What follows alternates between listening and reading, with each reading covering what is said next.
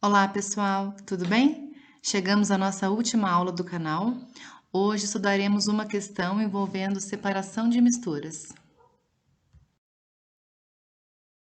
A questão é do Enem 2014, número 80, e diz assim: o principal processo industrial utilizado na produção de fenol é a oxidação do cumeno, isopropilbenzeno.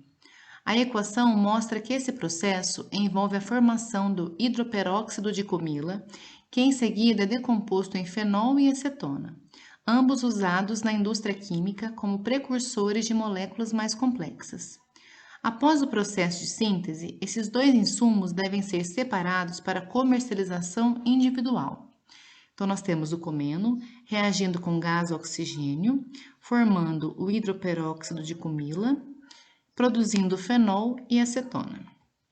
Considerando as características físico-químicas dos dois insumos formados, o método utilizado para a separação da mistura em escala industrial é: letra A, filtração, B, ventilação, C, decantação, alternativa D, evaporação e alternativa E, destilação fracionada.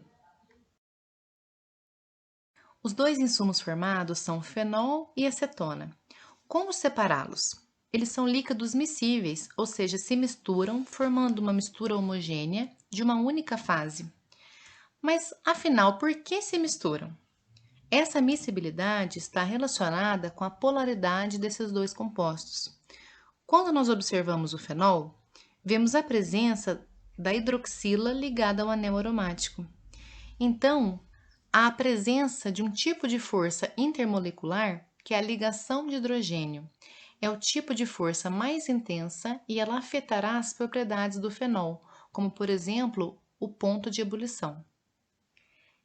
Nesse caso, o polo positivo é o hidrogênio e o polo negativo é o oxigênio, uma vez que é o elemento mais eletronegativo. Atrai mais fortemente o par de elétrons. Porém, nós também podemos ter ligações de hidrogênio quando nós tivermos hidrogênio ligado a flúor ou também a nitrogênio. Nesse caso, o hidrogênio é o polo positivo, flúor ou nitrogênio serão os polos negativos. Nesse caso do fenol, a molécula é polar. Quando nós olhamos a acetona, vemos a presença da carbonila na molécula. Nesse caso, o tipo de força intermolecular será de polo, uma vez que o oxigênio é o átomo mais eletronegativo, então será o polo negativo. A molécula será polar. Nas aulas anteriores, o professor Marcelo fez aulas com detalhes sobre forças intermoleculares. Então, se você tiver alguma dúvida, dá uma olhadinha lá. Como as duas moléculas são polares, nós lembraremos da regra que semelhante dissolve semelhante. Polar dissolve polar. Apolar dissolve apolar. Então, nesse caso, serão líquidos miscíveis. Quando nós olhamos as propriedades desses dois compostos, vemos que a massa molar do fenol é maior que da acetona. Consequentemente, ele é mais pesado, ou seja, mais denso. Outro fator é que a ligação de hidrogênio presente no fenol é mais intensa do que a de polo presente na acetona. Esses fatores tiveram grande contribuição para o aumento do ponto de ebulição do fenol em comparação com a acetona, uma vez que o ponto de ebulição do fenol é cerca de 3 vezes maior que o da acetona. Como a mistura de fenol e acetona é homogênea, nós iremos eliminar as alternativas A, B e C, uma vez que são técnicas de separação para misturas heterogêneas, ou seja, que apresentam duas ou mais fases. Mas vamos relembrar rapidamente cada uma delas. A filtração irá separar uma mistura, por exemplo, de água com areia, uma mistura heterogênea. Então, no funil, irá ficar retido no papel de filtro o resíduo contendo areia. E no filtrado, que será o líquido, ficará a água. Dessa forma, houve a separação da areia da água. A ventilação separa misturas de sólidos com densidades diferentes, onde o sólido menos denso, ou seja, mais leve, é arrastado por uma corrente de ar, como o vento, por exemplo. Como exemplo, nós temos a separação das cascas do alpiste das suas sementes. Como as cascas são mais leves, elas são arrastadas com a corrente de ar, então ficam-se as sementes. Na técnica de decantação, nós vamos ver a separação de dois tipos de misturas. A primeira é de um líquido com um sólido. Então, nós temos um recipiente contendo água e terra, por exemplo, que com o repouso irá ocorrer a decantação da terra, ficando no fundo do recipiente, uma vez que é o composto mais denso. Quanto maior as partículas do sólido, mais facilmente serão decantadas. Quanto menor as partículas, mais tempo levará para a decantação. Também podemos separar líquidos immiscíveis, ou seja, que não se misturam. Como exemplo, nós temos a mistura de água e óleo.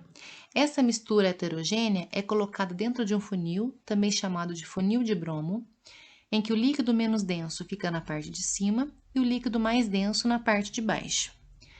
Esse funil apresenta uma torneira, em que é aberta e o líquido mais denso começa a escoar no recipiente de coleta, pode ser um becker ou um Erlenmeyer. Na proximidade de acabar o líquido mais denso, fecha-se a torneira e o líquido menos denso que ficou retido no funil é coletado em outro recipiente. As últimas duas técnicas servem para separar misturas homogêneas.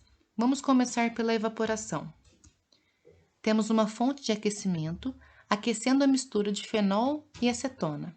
Porém, o recipiente contendo a mistura está destampado, então assim que os compostos atingirem seus respectivos pontos de ebulição, serão perdidos, serão disseminados para o meio externo, não serão coletados nem separados. Dessa forma, não poderá ser a técnica de evaporação.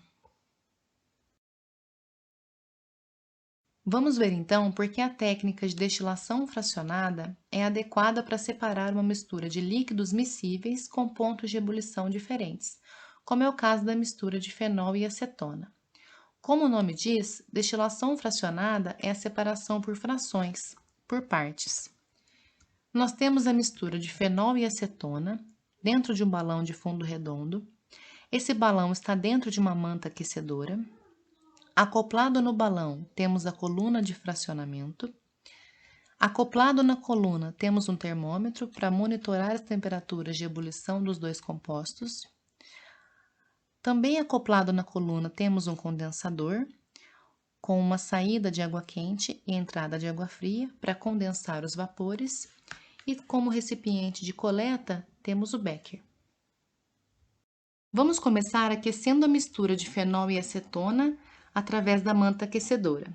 A partir daí, os dois líquidos começam a transformar-se em vapor e deslocam-se em direção à coluna de fracionamento, onde competem por o mesmo espaço. Como essa coluna de fracionamento é um obstáculo por conter várias bolinhas de vidro ou de porcelana e também tem pouco espaço livre, apenas um dos vapores consegue atravessá-la.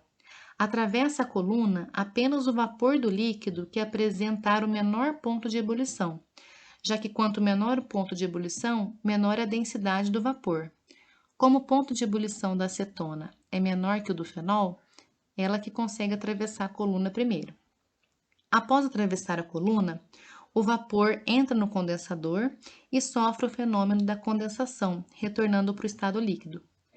Por fim, O vapor condensado é recolhido no becker. Dessa forma, nós conseguiremos separar essa mistura.